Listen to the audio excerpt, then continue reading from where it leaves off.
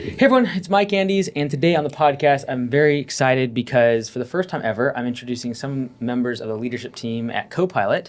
And so I want to first off go over introductions. We're going to be talking about the recent rebrand from Copilot over to Homeworks, what that all entails, and then also talking about exactly how we think software can solve many of the constraints that home service businesses have in sales, operations, and admin. So if you've already read the Copy and Paste Millionaire book, you already understand those are the three departments of every home service business. But today I want to dive deep into the problem space of why we think software can solve many of the constraints you're seeing in your business from those three different angles. But first, I want to introduce you to some very special people. Some of you might have remembered Josh from last Blue Collar Summit. He spoke there and kind of told his story. But also today, Dan, he's our VP of Engineering. And so I'll go around the horn, but Nathan is our VP of Design.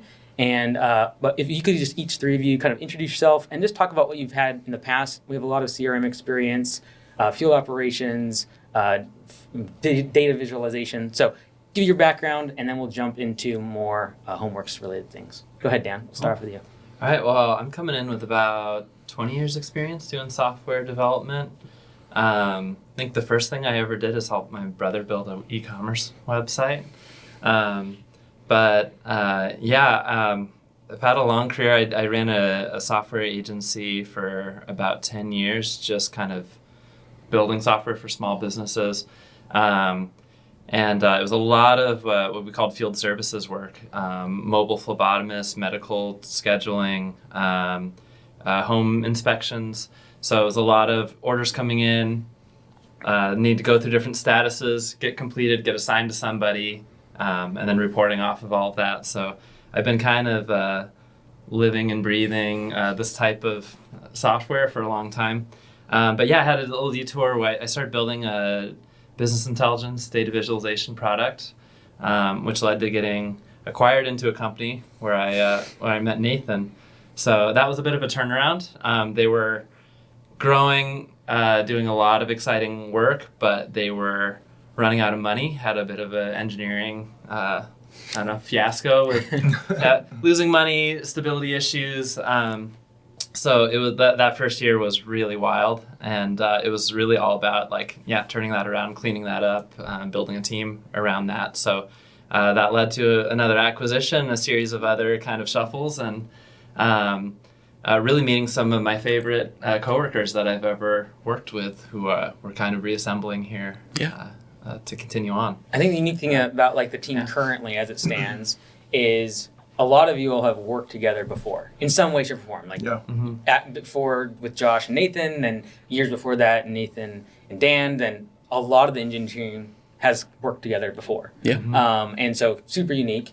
And from the engineering side, over the past little bit, you've kind of assembled a lot of that original cohort back together. What's it like working with them again, and what level of trust in those team members do you have just kind of built up from those years of experience together? Yeah, it's amazing. I mean, over a 15, 20 year period, you kind of, something with software is that you really learn who you can trust with certain types of problems. So when you hand someone a specific problem, are you going to be just constantly worried what they're going to break, what they're going to do?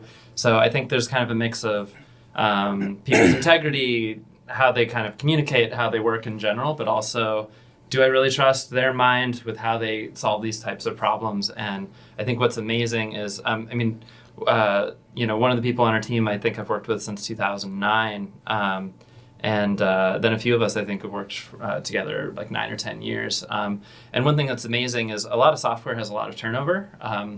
People coming and going, quitting, personality differences, whatever. But I think kind of what's been amazing that I've seen over my career is a lot of our teams stay together because it's working and it's going really well.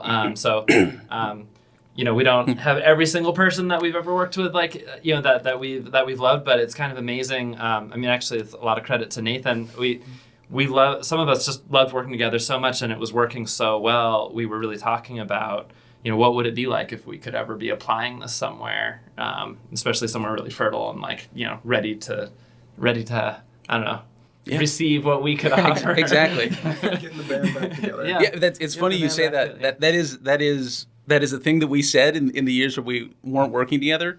But I feel like that analogy of working with people, you're your collaborators, it really is like a band in a lot of ways. There's like a lot of really talented musicians, and sometimes the most talented people don't make the best album. So like that thought of like knowing who you can trust with what problem, and even like how they're going to think about it. I know if I hand this to one person, they're going to do it one way. If I hand it to another person, they're going to solve it a little bit a different way. And there's a lot of time of getting that band to gel together. And so you can really speed up the way that you can start engaging with problems, getting to the real meat of what you're trying to get to if you already have that familiarity. Like we already know who's going to play the power chord, who's going to come in for the solo. Like we've just done this together so long that you're like, yeah, like we know who's going to hit the three chords. We know who's going to hit the melody. And you can tell I'm straining my music analogy, but yeah, it's great to get back to working with people. I could run through all the names, but like it's been awesome to see that dream realized of like kind of like work together and scatter to the winds, and now actually have an opportunity to come back and build something we're really passionate about. Well, very early on when I was recruiting Nathan, he said, "I've got this dream, and hear me out." And we talked about it for months. Yeah. He said, "I've got this group of folks that are just incredibly talented and wise." And There's a lot of package recruits. It's like, if I come along, Yeah. they're along, right? These people, and I was like, I believe you. I trust you. Yeah. Well, and it's truthfully because like the people that we work with can do. I have so much belief in the front end developers and the designers we've brought on. Dan can speak to the back end folks, but they're the kind of folks that I don't have to know the specifics of the problem we're trying to solve. I'm like, if it has to be built on the web, I know they can do it. Like I know they can do it, and I know they can do it well. And I know that I can't deliver on the design promise I was telling you about if I don't have those kind of folks. Like That's right. I'm sure we can make great music with lots of musicians, but I know these ones, and I know we can make some great. I think there was something else really special too. Just beyond the talent that we recruited, there was a really good core team. Yeah. With Stephen Parker and a lot of the folks who've Absolutely. been here, in Lindsay. That was one of the things that brought me to Copilot, was just knowing there was really good bones. We just needed to bring in some gray hair. Slightly brittle bones, but Yeah, but there was a great foundation, that we were building on top of, and the team that was already here has a lot of like area specific knowledge, has a lot of knowledge. If what they don't have, like in a deep software expertise knowledge, they know the product, they know the people that they're serving, and sometimes that can actually outrun people who have like a bunch of product experience and like have been doing it for 20, 30 years. It's like, yeah, but do you know the problems that your users are having right now? Yeah. And we really have a team who's very much steeped in that. I know we kind of got off track. I was introducing Dan. Dan has introduced himself. Nathan, now that you've talked a little bit, give us a little bit of your background. Yeah, I'm a band leader. Did you guys got that right? Get your album today. Yeah. Background. I was a designer who couldn't get work as a designer, and so I was doing freelance logos, and that turned into, we don't need business cards, we need a website. And so I was like, I gotta figure out how to do that. That seemed kind of interesting. Did that for the better part of like 5-6 years while working other gigs, and then landed my first professional job at Sprinkler. Joined the design and experience team as a front end developer. Forked off from that. That was an interesting band breakup, and went with a design team there. Started getting into design systems. Bounced around a bit and landed a design systems role, actually, where me and Josh worked previously, and came over from there when Josh presented the offer to me. Very cool. Yeah. Josh has already introduced himself to the audience, Yeah. but gonna give us a bit of a Sure. background. Yeah. And as really like the first, again, gray-haired individual coming into the team, but realistically bringing many of the talented people that are on the team today and giving a little more credibility on the technical side. And again, I've said this publicly on stage, but like having the credibility of you behind what we were trying to do allowed us to reach out to all these talented people. And so I've said before, but thank you so much. Yeah, of course. And each person, including Nathan and Dan, even last night when we were talking around dinner, mentioned just your caliber, your leadership, and that's a huge reason they're here. And so I wanted to say thank you. Oh, man, that means a lot. But maybe give a bit of background, Yeah. and then we'll jump right in. Well, thank you. That means a lot. So before Copilot, I was at Active Campaign, actually, of course, where I met Nathan. I was there for a few years. I was a group product manager there, kind of working across the entire business on some of the bigger problems they were trying to solve. Before that, I ran a business in Chicago for about 10 years, similar to Nathan, kind of in the agency space. So we're building custom web apps. Ultimately built a web app in the recruitment tech space that was acquired by careerbuilder.com. And so I worked there for a number of years, kind of integrating that software. So I spent 10 years in the agency side of the business, really learning how to grow a business, and learned a lot, and then kind of brought that experience into my first kind of real product role at Career Builder, where I was a director for a number of years and just learned a lot about the trade, of how to actually be a product person. I'd always had, business skills, but actually learning the trade of product at Career Builder, and then brought that into Active Campaign, where I worked for a number of years and met some really incredible people. But then ultimately was recruited through a technical person you had here, and then been at Copilot ever since. Also, I run a business in our town, Drift Salon, with my wife. So really steeped in just small business and how to ultimately grow businesses, which I think has translated really well into Copilot as well. I want to go back to a couple moments. And this one, I was going to say this for later, and I was like, you know what, we'll do it live. So last night I was talking to Dan, and I remembered something that I had totally forgotten about. And I wanted to bring it up and then go over with you now. And that was when Dan was contracting at the beginning, kind of getting involved with the team, seeing the issues. We were in the middle of bug hell, or kind of coming out of bug hell, I would say. But still having a lot of problems from an architecture. Back end was certainly our weak point. And I remember we were considering we need a leader on the engineering technical front. And so we were looking at a few different candidates, Dan being one of them, contracting. And when he came on, you're like, hey, go kick up some dirt, go kick up some dust, make a, I knew it like that. And so there was a couple initial conversations that it was pretty tense. And I think I talked about this with Dan last night. I really appreciated the conviction that he had on what he knew was true to push that thing through and kick up some dirt. But I remember after the first one, you're like, this is good. The second one, we had a conversation and you're like, I don't know if this is going to work. I just don't know if it's going to gel. I don't know if he's the right fit. I really appreciate all three of you. I mentioned this individually to you, Nathan, too. Your conviction in your individual expertise, whether it be design or product or engineering, to push and actually see things through the way you see it. And I was talking with Nathan last night, strong beliefs held loosely, but then being willing to stand up for it, defend it, push through it, and then be willing to also take the criticism back at you and change your beliefs.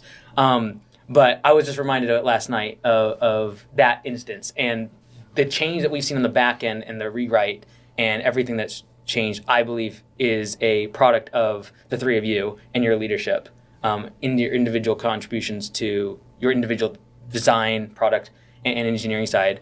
But I wanted to go back to that moment, because did you remember that? Oh, of course. Because I didn't remember it until last night. And you were like, this is great fodder for my content. This very challenging moment that we all experienced together and we've grown from. I had enough challenging let's moments. air the laundry. No, I think the point you brought, I'm going to keep stretching this analogy. We could go to a sport, but I think hockey, yeah. It really is a testament to the trust and the belief that you have in people, the people that you work with, that you can bring that full version of yourself and that full conviction. Because I think it can be really easy to be to just roll with whatever it is. For Dan to come in and be like, I don't want to ruffle any feathers. It seems like they're going this way. I'll just do my little piece here. And there can be really talented teams that they carton off here's my area of expertise. I just do my thing here, and that's great. And it doesn't become stronger than the sum of its parts.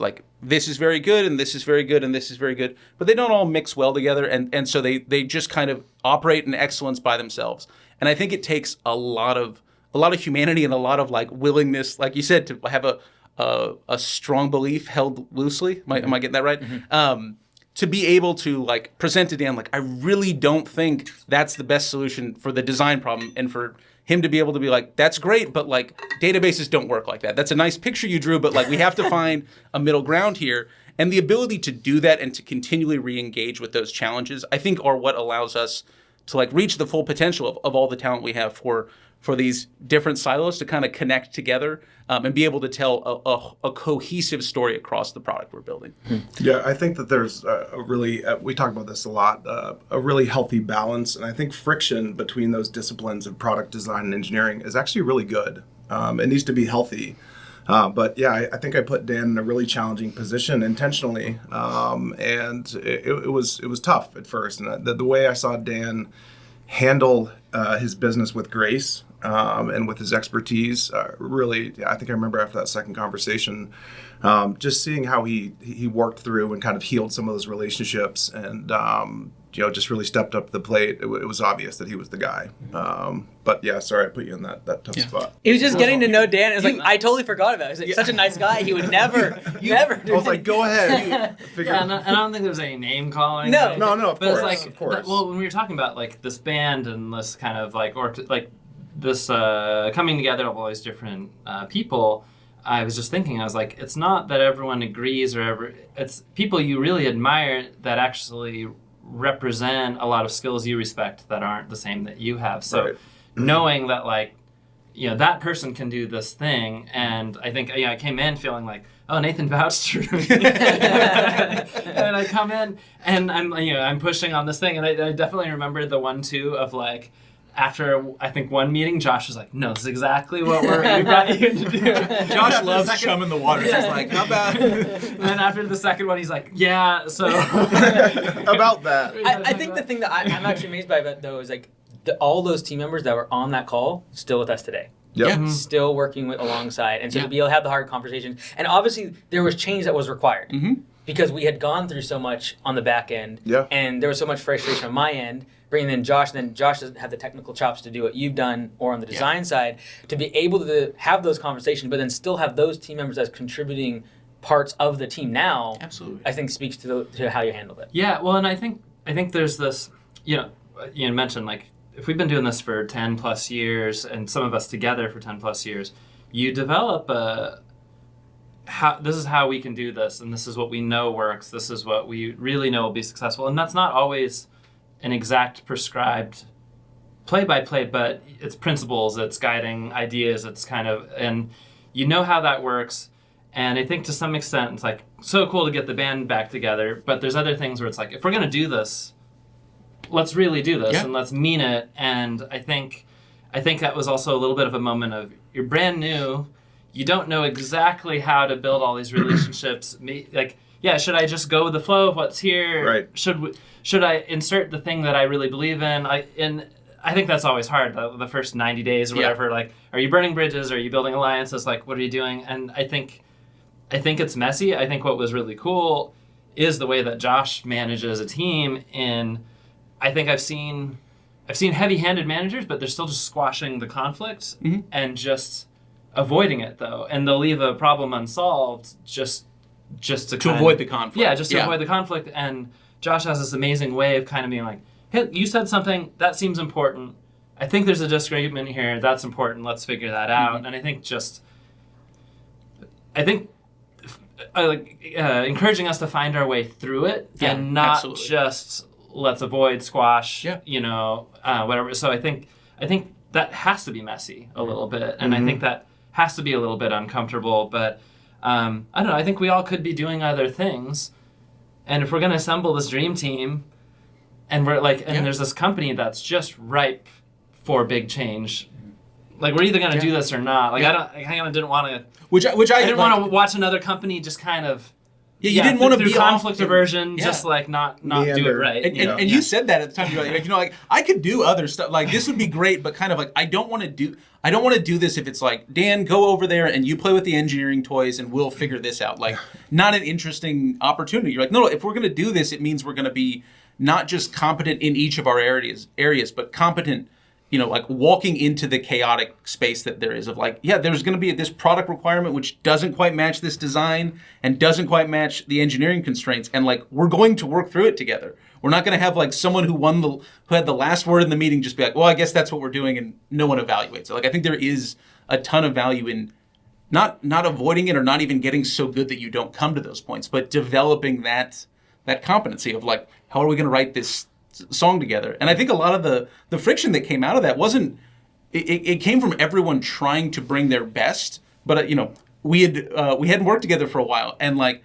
I'm going to keep stretching this band analogy. Like, I started working on a song, but like, I'm going to write all the words first, right? I'm going to get down my lyrics. I like this piece. I like how this ties into here. And Dan's like, well, we got to start with the chord progression. Like, let's start over here. And we were both trying to like grab the wheel a little bit and be like, this is how I'm used to doing this. And us trying to find the footing of like, all right, when we work together, how do we incorporate both of these ways? Because they're both valid ways to like get to a correct solution, and trying to bring both of those viewpoints, all three of the viewpoints in product, to get to the best solution. And I think we very much have developed the problems that we would have gotten hung up on 6 months ago. We're flying through. Like literally yesterday in like hey, we got to touch base. Like there's this legacy concern and there's this front end concern, and how are we going to all do this? And it was like 15 minutes going over it, and it was like, yep, that was great.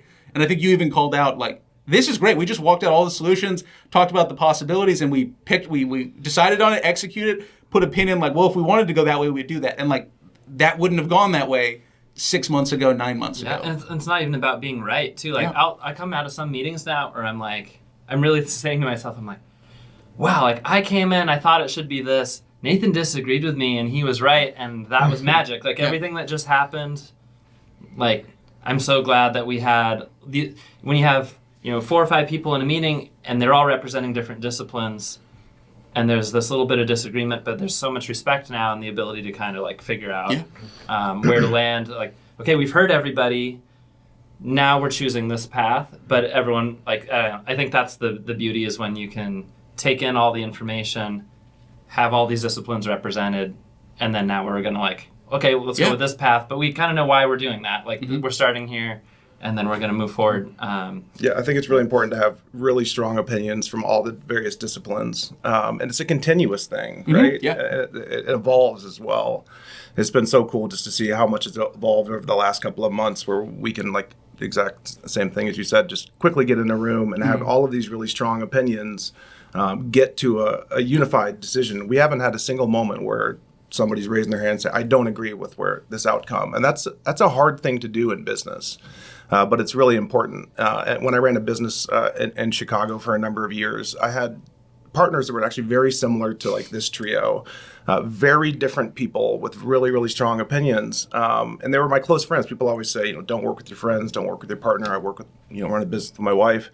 I couldn't. It's still on, right? Yeah. Okay. Yeah. I couldn't disagree more. And it's all about being able to work collectively through those things and have thick skin too. Because when people really hold on to tight beliefs too hard, it ends up hurting the business. Yeah, I think after the Black Friday launch and our conversation there, and now switching over to Homeworks, I want to kind of fast forward to that moment and like more present day. But before we do that, I want to go back one more time, Josh, because you kind of joined when we were in the middle of bug hell, where every couple weeks we were going down, every single week there's incidents.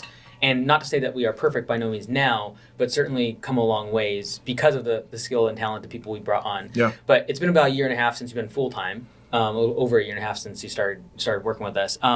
Walk me through your evolution as you brought in more skilled team members and your role as a leader now that you have disciplines covered like design and engineering, where at the beginning we did not. Yeah. And just where has your role changed in bringing these skilled people on over the past year and a half?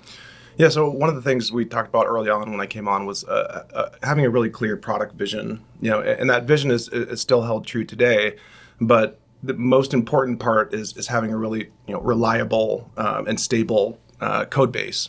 So really working to build the stability, and that's right when I came in is in the middle of bug hell, and we did not have a stable platform. And building a stable platform is a continuous effort. So as we started to bring in additional skilled people and get a handle on like what exactly is this code base, what do we need to do to build it, we've been able to move slightly into kind of the second phase of that, and that's being incrementally better. And the incrementally better than our competitors, right? So as we're building a feature, how can we get to table stakes so we have the features and functions our customers expect, but how can actually be a little bit better than else in the market, but also incrementally better as a team. And that's one of the things that we've really, I think, started to get really good at is constant iteration, constant conversations about like how we can kind of work better. And so we've really seen the team evolve into a production machine. And the last phase of that really is being ultimately fundamentally different in the market. How can we be fundamentally different as a team on how we work together, which we're continuously saying, but fundamentally different in the market, and how can we kind of infuse you and your knowledge and experience into the platform?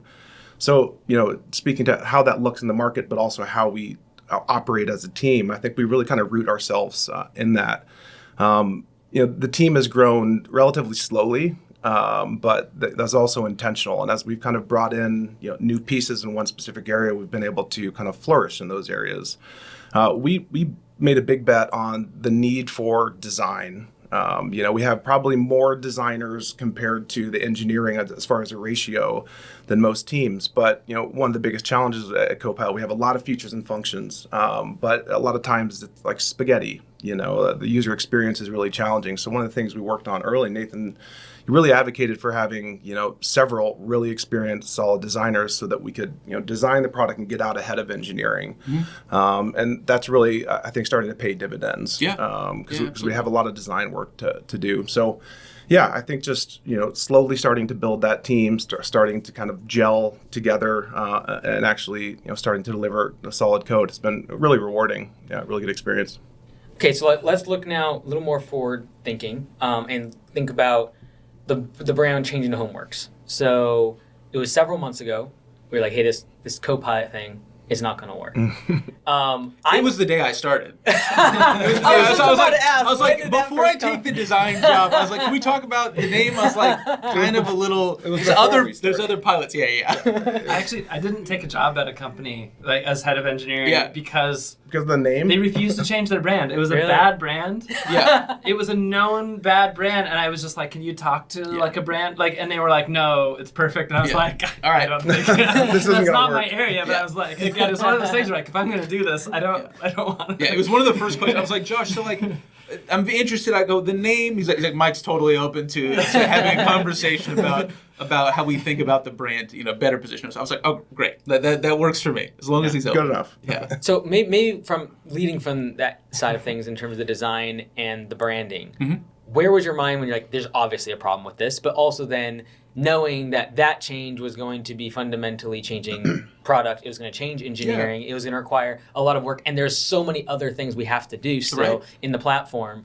And so walk me through that process. I know you kind of championed and led that side of the rebrand and bringing on the designers and the brand experts. So kind of walk me through that process in your mind. Yeah, so I think from a high level, like in the past years since this whole AI thing has kind of taken over a lot of everything, Copilot was a very loaded namespace, and we realized that that may not be the right word to match the value add that we're providing for our customers. And I think even specifically in our space, there may be a poor association with like a mismatch of hey, isn't AI really cool with what we're kind of offering in terms of what we're solving? So it didn't seem like there was value in being like, oh, happy accident.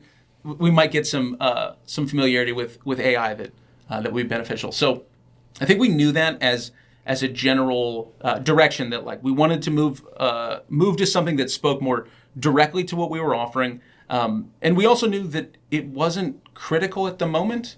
We had a lot of big problems to solve. We had engineering stability to solve. We had to get a handle on where is the biggest value for our customer base. And this was going to be an opportunity for us to correct this branding. But I think as we worked through it, we kind of partnered and were like, we would really like this to not just be a coat of paint. Hey, it's a fresh set of colors and it's a new mark, and that's great. But how can we pair that with something that we're really proud to offer? You spoke about joining during bug hell and the challenges that was for you stepping into the software space. And we really wanted, when we unveiled this new name, to have a really positive association with we really feel proud about what we've stabilized, what we've built, and that this, for anybody who was joining new, that they kind of would start the dream here, right? That they wouldn't have to, they would inherit all the benefit of what we learned going through bug hell and getting to a stable platform, but it would kind of be a fresh start, a page turn for us to put our stamp on this set of features we think is equivalent to other offerings in the market and something that we're starting to differentiate ourselves with. So I think it was about, I guess I'm trying to flash forward to when people are going to hear this, 4 or 5 months ago now, maybe a little more. We got hooked up with one of the designers on our team, put me in contact with a local designer, and we started working through a bunch of concepts that we felt would better embody what we were trying to provide. And the name, I think we were batting around names well before we started on this. I think the name kind of stuck, but it was homework. Yeah. I think that was the initial part, and like people liked it, but there was like it's gonna be a backpack, and like no one likes homework. There's bad connotation for sure. So like it was there. We all but- failed Yeah. high school. So I like, didn't fail high the school. bad Yeah. So like it was like kind of halfway there. We had a bunch of like kind of like half-started ideas, and working with Brian was great. That we got a chance to like bring all of our half-cobbled ideas together, and he really made it shine. And Josh found the S at the end of the name, which I think really made that sing. So yeah, we're really proud of the mark and the opportunity for it to be not just a new brand and some new swag for us to wear. Although I am excited about the new hats. You heard it on camera, which means Mike's going to make some hats. But I'm really excited about like the point to which we've brought the product. That we're really happy to put our stamp on it, and really happy about it not being a finish, but a start of a new race, a new album. If I'm going to keep stretching that, like a continuation of that story, but a chance to turn the page, and really reintroduce that product. I think the brand too, like given the fact that it's a chain, it has the links of sales, operations, admin in the logo. Yeah. It ties in well with not only our ideal customer and the people we're serving, Yes. which is HomeWorks, but also I think fundamental to the changes we made over the past year in the business, which is we need, like a chain, to have the dependability and reliability that when you need it, it's there and it works. Yep. And Big so time. many of the conversations we've had with our members throughout Bug Hell and throughout the past year and a half at the Copilot is I just want it to work. Like the way that it is supposed to work, I just want it to work exactly like that. And so I think that was where it was kind of a double-sided meaning for me. It was like, yes, you can grow without breaking, but also we will grow this business Yes. Yeah, without for breaking. our members without breaking. Yeah. And I think that's fundamentally like it's been 2 years since basically Black Friday 2023 to Black Friday 2025, where I actually said, okay, you go use this, and this tool will not break.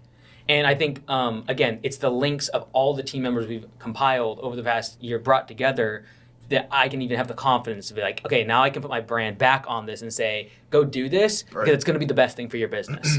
And so when we look at sales, operations, and admin, I want to go a little more future casting and think about, when we think about sales, I need more leads. I need to get more customers. How can software solve this problem? And I was talking about with Nathan last night, and he was asking me kind of like getting into software. And it was like, it's the most scalable way to help as many people as possible, because assuming that we have a good back end, we can scale this to tens of thousands of business owners that I'm helping instead of traveling one by one to a turnaround or even writing a book where they have to find the problem, diagnose, they have to then prescribe the solution, and then they have to go execute. Versus all three of those things can be done with a button click. I say, okay, I see that you have a problem with your profitability. I see that your pricing is off. Here are the people you should raise prices. Click this button and we'll do it on the back end. And so I see software as a much more scalable form of helping the owners that I care a lot about. But let's talk about like zero in on some of these things that we see as problems in home services and in sales, operations, and admin. So sales, getting more leads. I know that one of the things that we've talked a lot about is instant quotes. The ability for someone to be able to instantly get a quote on someone's website and immediately put their card on file. It's on the back end. It's accepted. And I think one of the things I value a lot about Nathan is your perspective on this should just be done for you. You should not have to put this together and pull this. I think it's very evident in the unscheduled work recently. So I want to talk about unscheduled work in a second, but first let's talk about sales. And because I need the sale before I go to unscheduled work. So when I talk about sales, where do you see software, as you've seen over the past 6-12 months working inside the platform, as our opportunity with instant quotes and other aspects of the design to make this a more seamless transition from a lead to a customer? That's a great question. I know you have some thoughts on this. So I want to rebound off of you because I think you've highlighted with some of the software you've used in the other in other spaces of like seeing the value of how extensive that like lead management and how awesome that kind of like mobile first version of that can be. Yeah, in the sales domain, it's all about speed, right? It's all about how quickly you can get leads in the door, but also like how high quality those leads are. So that's one of the reasons with the instant quote forms, being able to grab a credit card as they're filling out that lead, it means it's going to be a much more high quality lead. You know, they're signaling high intent. So it's all about reducing friction in those flows, getting as high volume as you possibly can, but also making sure that volume is really high quality. Yeah, absolutely. And I think we want to build a platform that doesn't mandate that you only have that requires that you have high leads, like that highest quality lead, because you might be at a point where like, wells run dry. Like we'll take names and numbers and we'll start working hard.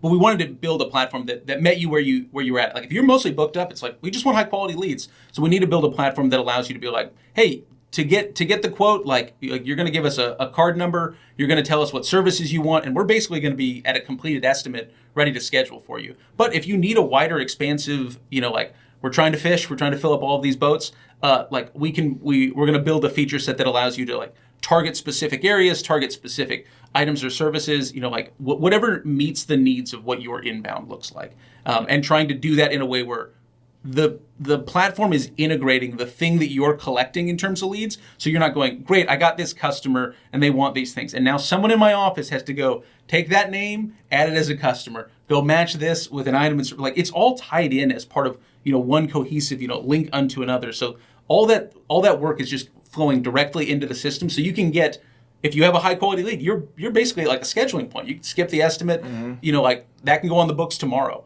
Or it could be someone where like, yep, I'm going to work these leads and this comes right in and it's basically the shape of an estimate. I can send it out and follow up tomorrow. But it shouldn't be incumbent upon you. You shouldn't even have to press the button. Like it should mostly, if you want it to, it should just turn into the thing that it should be in the system, and you can tailor as your workflow needs. But really solving those problems where your business is and allowing you the flexibility to pick and choose which of those is the right solution. Yeah, something that strikes me about what you just said, like it's already ready to go. Yeah. We've spent a lot of time talking about what's the best way to represent your offerings, what services you offer, what pricing you offer. Obviously, without overcomplicating it, we've also talked about like, do we need satellite-based square footage analysis, or can it be small, medium, large? We're hovering around all these things to try to figure out what's the best way to represent the pricing for that yard or for that home, and then how does that come through where someone doesn't have to spend time copy and pasting, because a software can say we have lead forms. It's another thing.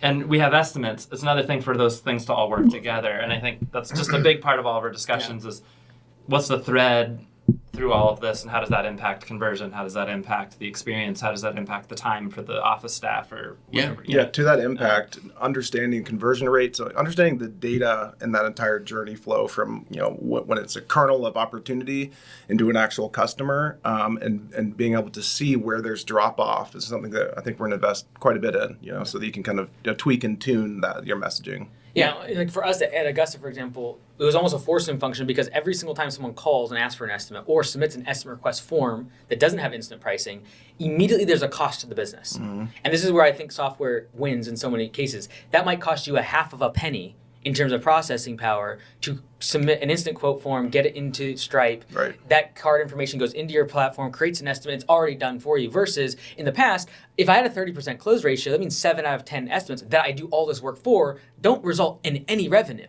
And so now there's actually a threefold cost of any sold job because of all the admin time that went into jobs that weren't ever accepted. Right. And the tire kickers and the people that are lower priced. And so I think one element of instant pricing is it needs to be a simple service. It needs to be something that is small, medium, large, or by square footage. There's a certain constraint to that for those that have project jobs. Mm-hmm. Yeah. And one thing that Dan's been digging a lot into recently, and as we look into 2026, that we look to solve is the estimator's dilemma. Mm-hmm. And that is, I get to a job site, I need to be able to build out this estimate, and this is where the price book starts to really start forming. Talk me through what you saw as you, from kind of outside home services at the beginning, as you dug into the price list, or price book. One thing that I find really interesting, and it was almost a real joy to see all three of you kind of as you learn the home service, is take your discipline and what you're so skilled at, and be like, I can solve this problem in home services very easily because I have this skill that I can match very well with it. So I was really interested in see how you came up with even the pricing models. Like, here's the different ways to do pricing. I think there was like 5 or 6 different ways. Yeah. But walk me through price book and where we're going with it and what we're trying to solve in terms of estimators. Yeah, and we're still refining exactly where it's going to end up. But it was a really fun journey because you have, you don't want to come in and just dictate like what the software is going to be based off of either what it's already there or off of one conversation. So I think what was really interesting there is we came in and there was Nathan's team was doing user research, and it was really this is actually something I love that Copilot's doing in general is asking customers, telling us, show us how you do this, show how does this work today. And I remember sitting down and someone showing us the spreadsheet that showed, I don't know how many entries. It was 100 entries of different pricing at different levels. And we were talking just about lawn mowing. So you're looking and it's like, okay, this price, and then it's this price, and then it's this price. But there's, I don't know, 100 different, price points of different things. And sometimes you could just say, okay, let's just model that exactly in software. Let's just directly let somebody enter in a million things. But then the question is, well, how did they make that spreadsheet? Yeah. Like, what was behind that? And so that led to all these other follow-up conversations. And then you and I talking, saying, well, okay, why is there different pricing at different level? Why isn't it just square feet times dollars? And like, why would I need this thing? And that led into just learning so much about The car sitting in the backyard, all of a sudden it's a 45-degree angle. Right. So yeah, then it's like, okay, there's all these complexities that maybe only an estimator could figure out, like the shape of the yard. And do we want to try to model all of that in software? So I think that's another big thing with software is, do you try to model the world exactly? Or do you try to model just enough of the world to really help you do your job? And it's okay that it's a cartoon and it's not the like pixel perfect, It's a high fidelity. It's like a nice 3D rendered cartoon. It's like a K-pop Demon Hunters style, like it's a high fidelity cartoon. Yeah, so something that just got me really excited is, you really breaking that down for us. And I think that's a wonderful thing about, an owner of a company who knows the business and isn't just this kind of disconnected leader. You were able to dive in and say, well, yeah, you switch to a different mower at a different yard size. And there's just the scale of that. When I saw your graph and it dropped, I'm like, no, don't do that. Don't lower your price because you got a bigger mower. Right, so then we're starting to say, okay, how do we accurately measure the efficiencies of moving to a bigger mower or a more efficient mower? Yeah. And so you could say, all right, you're doing a push mower, and then at this point you switch to this more efficient mower, and you could technically 1 square foot higher yard, you're suddenly doing it in half the time that you were so it's like tax brackets and anything else. You don't actually you want to be like, I can't make $1 more because so you're like, no one would ever charge less for like a slightly. So we're just trying to figure out what's a good representation of the world and how does that translate into software. And in the end, we're still having that conversation. Yeah, absolutely. And that's only one service, right? Because you could create a simple algorithm service around too. Mowing. Yeah. And it's like, well, then my plumbing service, my HVAC, my painting. Right, and that was the next question too. Like, does that exact yard size point, is that the same for something else? Is the shape of it the same? Yeah. And you said no, it doesn't. So then we're trying to think, okay, we have to make sure we're not coding ourselves into a corner or forcing people into software that doesn't reflect their business.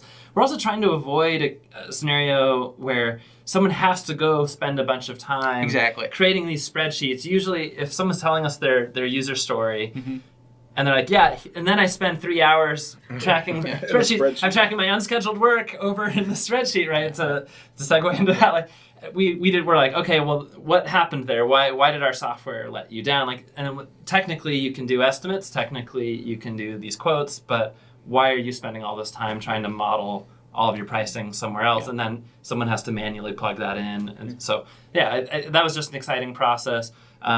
I think we now understand at least that one. We understand that slice very well, right? I think we have that slice very well covered.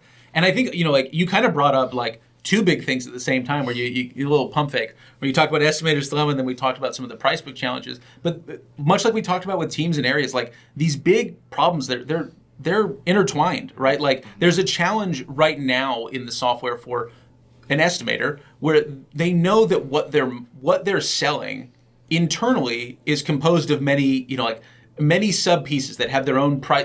Some of them are priced simply. It's like I have a quantity and I have this. Some of these are priced very complexly because they're labor plus maintenance over some kind of scale. And sometimes there's a variance of how many times are you doing this service, a recurrence notion. But our software right now kind of forces you down a path of you can show your end customer everything, or you can collapse it into one thing. And there's trade-offs. Do you show everything that goes into making the cake, or do you collapse all that, but then you lose the granularity of but I know how much each of these prices are. I don't want to do the math on a spreadsheet and then collapse it down into one number that's one-off for this job. And so we realized to do a good job at solving that challenge for an estimator required us to engage with, all right, what are the challenges for pricing each of these smaller pieces? So we're engaged in trying to solve both of those. And both of those are problems that an estimator has when they go out to have a meeting, but it's also a problem connected to the instant quote stuff that we talked about of like, well, if it's not a bespoke problem, like all the things that go into like what a lawn mow costs, depending on size and scale, you can tie that to your inbound, right? If you did all the work to model all of that, it can run in the background for you and generate leads. So I think trying to see how these workflows are all interconnected has been a guiding light of not getting too lost in the weeds of like finding the perfect algorithm to model this thing. And understanding like, yes, we need to understand all the inputs so that we can distill it into the optimal user experience for what someone who's actually engaging with modeling of prices when they're doing estimate work, when they're charging, when they're trying to set up a form. Yeah, and so like looking at a project, instead of just being like, okay, this is going to cost $1,200 for this, project. Now it'd be a function of being able to add, okay, it's going to take 5 budget hours, it's going to take 3 yards of material, it's going to take 2 yards of debris, and I'm going to charge a dump fee. And now it being those components of the recipe being visible to us on the back end, but invisible to the customer. Exactly. And finding a way for like you to feel like that work that you did to spec out that project, if it's a project you do frequently and the numbers kind of go up and down, for us to pull you into like, it's good to model it this way instead of it collapsing into a number, because you can save this and use it again and like fine tune these things and like let the software take some of that burden off of you. And it's been very important for us to like understand how connected these are, even the value of like saving it, but also seeing, are your budget hours that you're estimating lining up with what you actually put on the visit, what you actually charge to your customer. So you had kind of spoken early about the vision for starting to invest in reporting and for us to be able to give feedback to our customers like, how well is this going? Yeah. We need to draw this steel thread from like, what were you pricing this at? What did you put on your estimate? Then what was the actual amount that you charged? How much did your folks use in terms of budgeted hours on the actual job site? Like how many hours did they log in field force? And it's great for us to give those tools, but it's great tools that you might be flying blind with if you can't step back and go, oh, all of the mows this month, we came in, 10% budgeted hours over. We need to adjust, or we need to like charge more for this. It's actionable information. And we can only get to that accurate look at how it's going if we've given you the tools to accurately log those things, right? If it's a collapsing in the price book and like you can't accurately model, so you can't share an accurate estimate because it's limited by internal external, well, then what we'd be measuring would be a really poor approximation of what actually happened. So a lot of this investment into the connectivity of like all of these sales, operations, admin, and those being able to talk to each other really set us up for being able to step back and go, how are each of these functions working for your business and how are they connected? Right. So we've talked about sales, getting the work. I want to talk about a little more operations, doing the work, and admin, getting paid for the work. And I think that when I see what we've done recently with the wait list, I think it was one of probably the most requested thing we add to the software for the past year and a half. And we just had to focus first on dependability and reliability. Now we have a wait list. We obviously have iterations to improve on that in the future. However, as it currently stands, a wait list is simply there in order to be, the job is accepted. I don't know exactly where it went on the schedule, but I've got to put it somewhere. Yeah. So I can put it on the wait list. And now it is able to present, hey, you're coming to the end of the range of time that you said we were going to put you on the schedule, and it would alert us and notify us. I understand the wait list. When we were building this out, when was the notion for you, Nathan, or if it was elsewhere, where it's like there's a missing gap between I have an accepted job and I want to put it on the schedule and there's a wait list, but there's something in between. What was that and what problem were you trying to solve? Because in my mind, I just simply go to my estimates, I look what's accepted, I filter down, I click in, and I say, okay, I'm going to schedule that, and I pull up my calendar, and I just find where to go. Yeah. What was the problem you were trying to solve between waitlists and the schedule and an accepted job? Yeah, absolutely. I mean, to rewind, we were asked for waitlists. It was number one in whatever tool we were using at the time to track those requests. And the immediate challenge was everyone came into that call of like, let's talk about waitlist, and we heard kind of two things, but like a bunch of different things. Like no one was, they were all saying waitlist, and people were pointing at different things. Some people were pointing at what we delivered as waitlist of like, I have something, I've created an event, very, very frequently a visit, and I don't know when it's going to land. I might know when it's due by, but I just need to put it somewhere. It shouldn't go on the schedule, I just need to put it somewhere. Great. That's the waitlist. That's available for you right now. Probably by the time you're watching this, it's available for multi-step programming.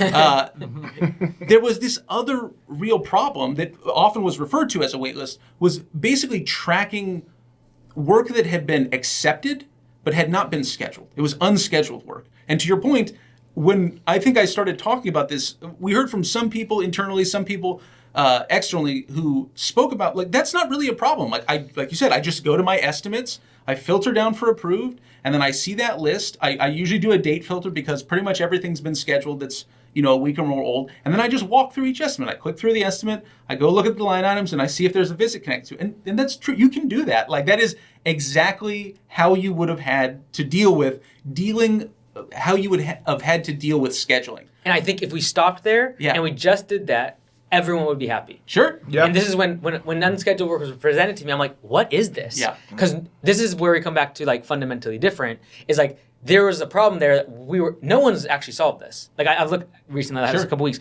is how everyone does it the way we talk about, which is either I get a notification, email, text message, or an alert saying this estimate was accepted, go put it on the schedule. Yep.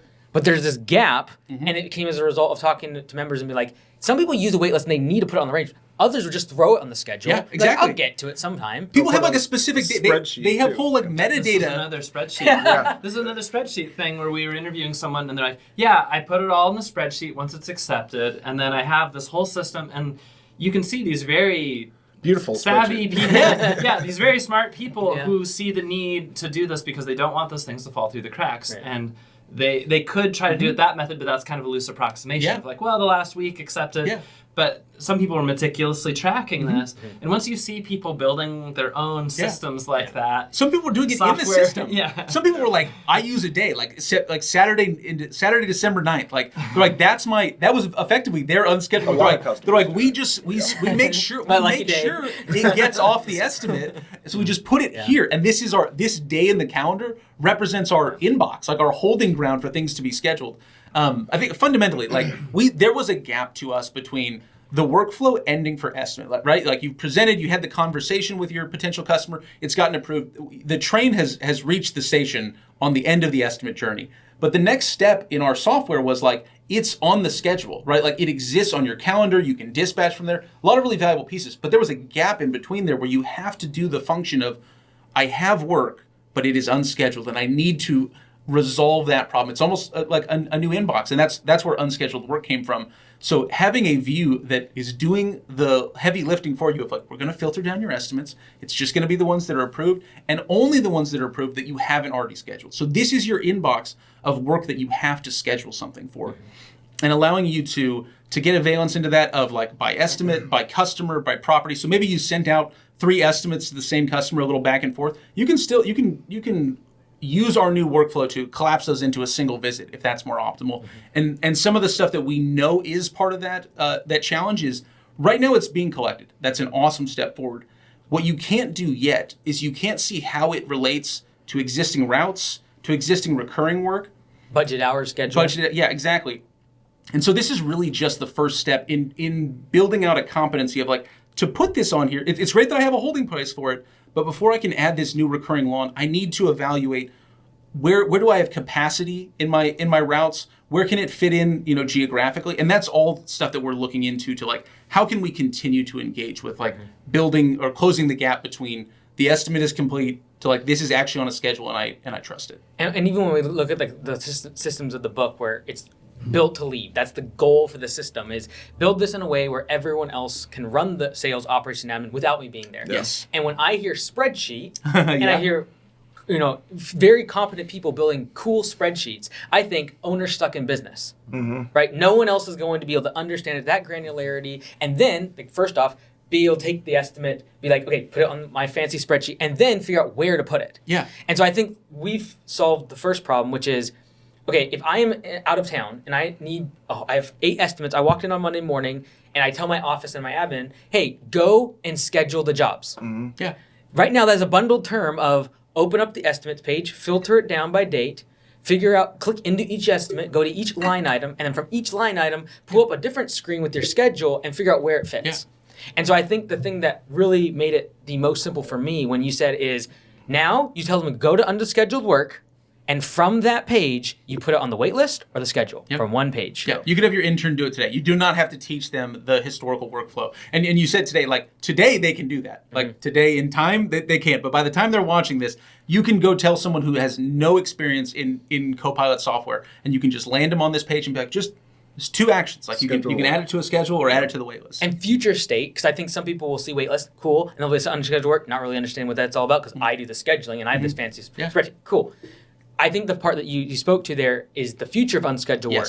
And that is, we solved getting on the schedule or getting on the wait list, but we didn't actually figure out when should it be on the schedule. Because it's very important. Yeah. Am I booked out 5 weeks? What route or which day of the week should it be on? Because it's on a recurring route. And so that's certainly something future state we're looking at for recurrence as well as project-based. Yeah, I mean, like to your point of like trying to stay in the problem space, we have given you a new set of tools to deal with, like to accurately gather, okay, here's the problem. And that's a huge step forward of like, you can bring someone in today and just be like, just work through this, just schedule these things. It's necessary, but it's not sufficient. There's all those other things of like, to get this on the schedule, I need to know what my routes are. I need to know what the recurrences are. I need to know how close these things are, or who's at capacity, or who's available to work this week. And all of those things are things we understand as part of this problem space. And as we're building out more competency in this area, we're going to be bringing those experiences in and hopefully taking a lot of the heavy lifting that some other areas, that the schedule page, that the dispatch page that you have to go to get a look at those things, that it can be a little more streamlined if that page doesn't have to be doing all of that work. Yeah, I think in the ideal situation, when we think about built to leave, building the business to be able to run without you, where you don't have to work 80 hours a week in it, and you can build the business without breaking in so many other areas and facets of life. I think about all the things we talked about in terms of like instant quotes. The job comes in, estimates accepted, cards on file. That was 5 steps in the past that I had to figure out as the owner, train someone as an admin person, and 3 out of 10 I'm going to get accepted, which means the other 7 I still have to go visit them, talk to them, have an estimator go drive to their property, spend the gas, the fuel, the equipment to go, draw up an estimate, do a design. We solved that.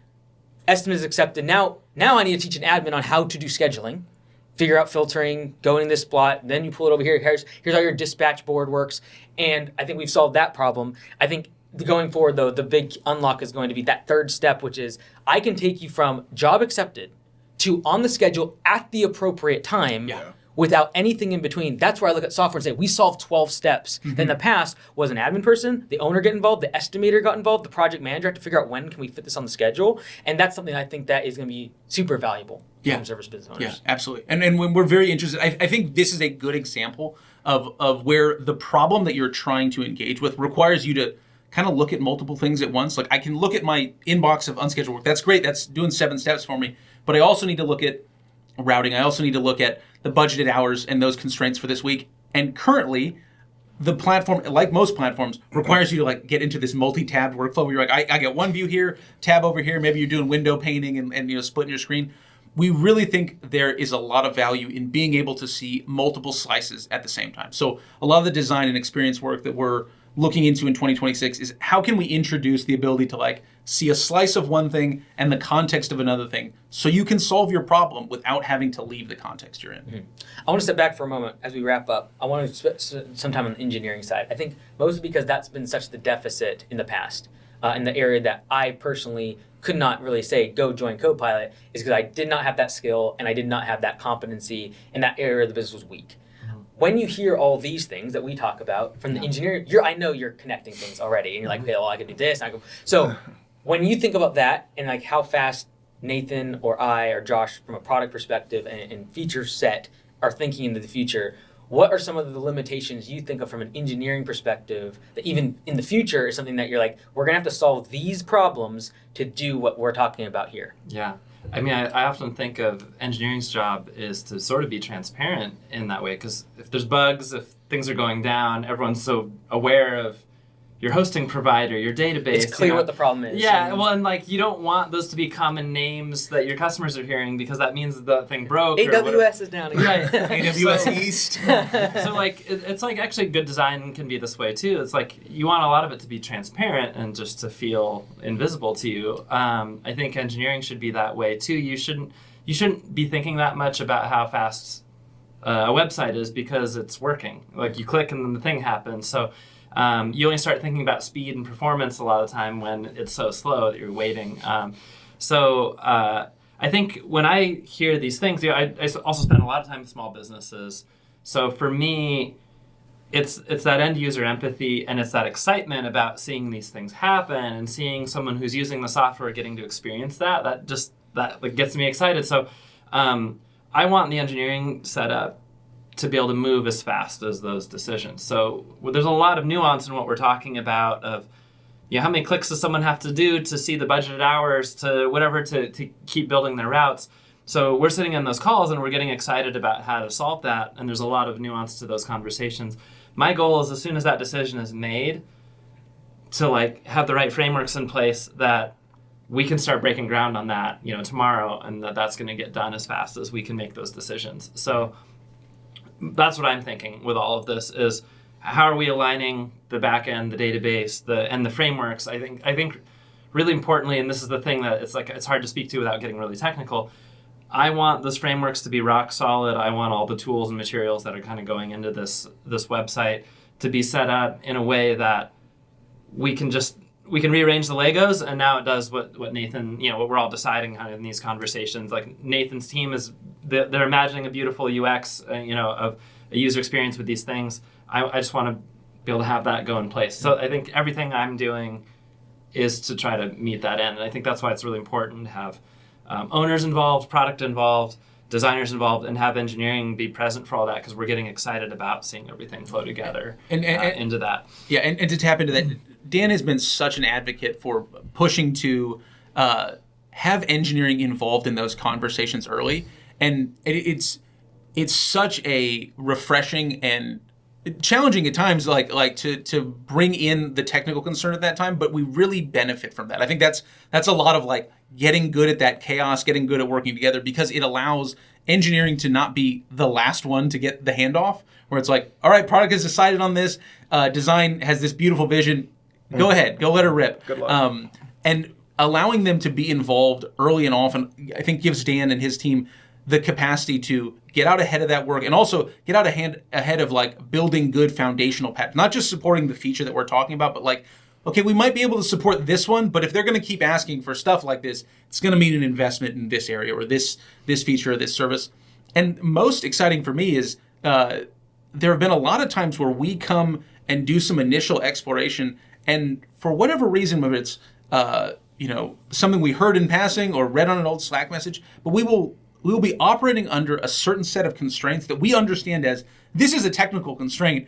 And more than 10 times, Dan has been yeah, that's not a constraint. We can just fix that. And it's because it'll usually come out of why are we doing this and then this? And we're because you can't do that. The engineer, and he's no, I'm speaking for engineering. You can do that. We don't need to do it that way. We're to some extent, that was the wait list. I remember, early on, really early on, we had a wait list conversation, and I think you said, there was some constraints around events and columns and dates. It was we need to build this wait list thing, and it sounded really complicated, and we were looking at all these different screens, and I think it sort of boiled down to someone saying, well, there's estimate line items that fall through the cracks. Mm-hmm.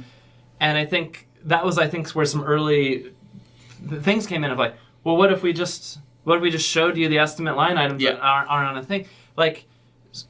Some things that can sound really big, you can actually have an engineer show up. And not all engineers can have that conversation, but we're trying to negotiate that scope. Well, what if we just showed you a filter on the estimate line items that and I think same thing with the idea of the actual wait list. Mm-hmm. It's really nice to be able to have a conversation of, okay, is a wait list item a new thing? Is it just a regular event? Is it not? And again, this is a group of people all coming together and kind of deciding what is a wait list thing. And I think it kind of boiled down to, well, it's everything that an event is or a visit. It's not on the schedule yet. It just doesn't have a date. Yeah. And then I think they're well, we just thought you can't do that. You can't have, and so I think there's a really good negotiation of scope there. Mm-hmm. That I think if you're working only design or only engineering, or only product, right, or only product, or if you're not informed by customers, we can also make a lot of assumptions. So I think that's one of the other things I've never seen a company do this in the way that Copilot does. These customer meetings where we present and even float ideas that some things we've already built, some things that are halfway built, some things that are up and coming. And we see what they say. Yeah. And I just love seeing, Josh has facilitated so much with that process. Anyway, I believe in engineering being very engaged with all of that so that we can hear where Nathan's we see where Nathan's throwing the ball and we're trying to run, to be there, or vice versa. I don't know how that analogy works, but really trying to make it so you can tunnel and kind of have everything meet, and getting early in on those conversations. Sometimes we don't even know the solution yet, but now everyone's wheels are turning, and we might be mulling over something for 3 months before we actually start breaking ground on it. And even early this year, we really focused a lot on the customer portal and how payments were being handled.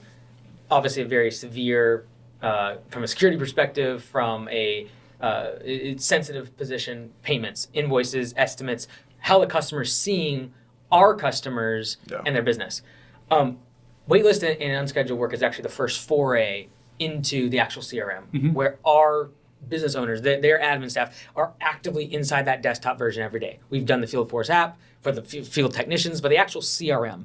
I was thinking this morning while I was working out, I was thinking about like over the past couple years and where we're at, and I thought I was like, because something that Dan said early on when he was coming on was like, I want to be able to build these things as fast as you think of them. And so I'm like, well, where are we at in that timeline? And so I thought, well, realistically, I've looked at the past couple of years since the Copilot bug hell, is we were clearing the highway. We had to get the houses out of the way. We had to get the mountains out of the way, the rocks. We had to build some tunnels. We had to like make it so you could get on this thing and reliably get to your destination.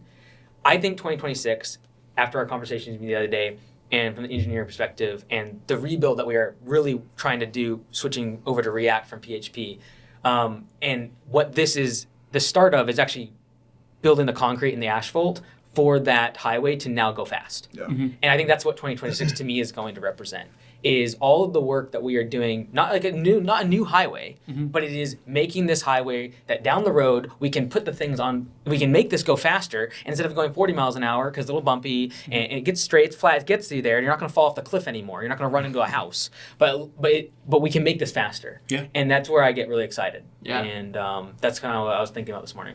I mean, I think a lot of this first year, the first year I think has been laying all those foundations. I think there's a lot in terms of the design system Nathan's been putting together, what does a button look like? What does a table look like? And there's all those things that those are all the Legos that you have to have in order to build the pages. And then there's all this learning about the actual data model, the systems that are in place, the processes. I think same thing on the back end. There's understanding the database, getting these frameworks in place, getting our APIs in place. There's a lot of specific frameworks, and those are the things that I think we bring all this experience of. We know how to do that, and that infrastructure has to exist here.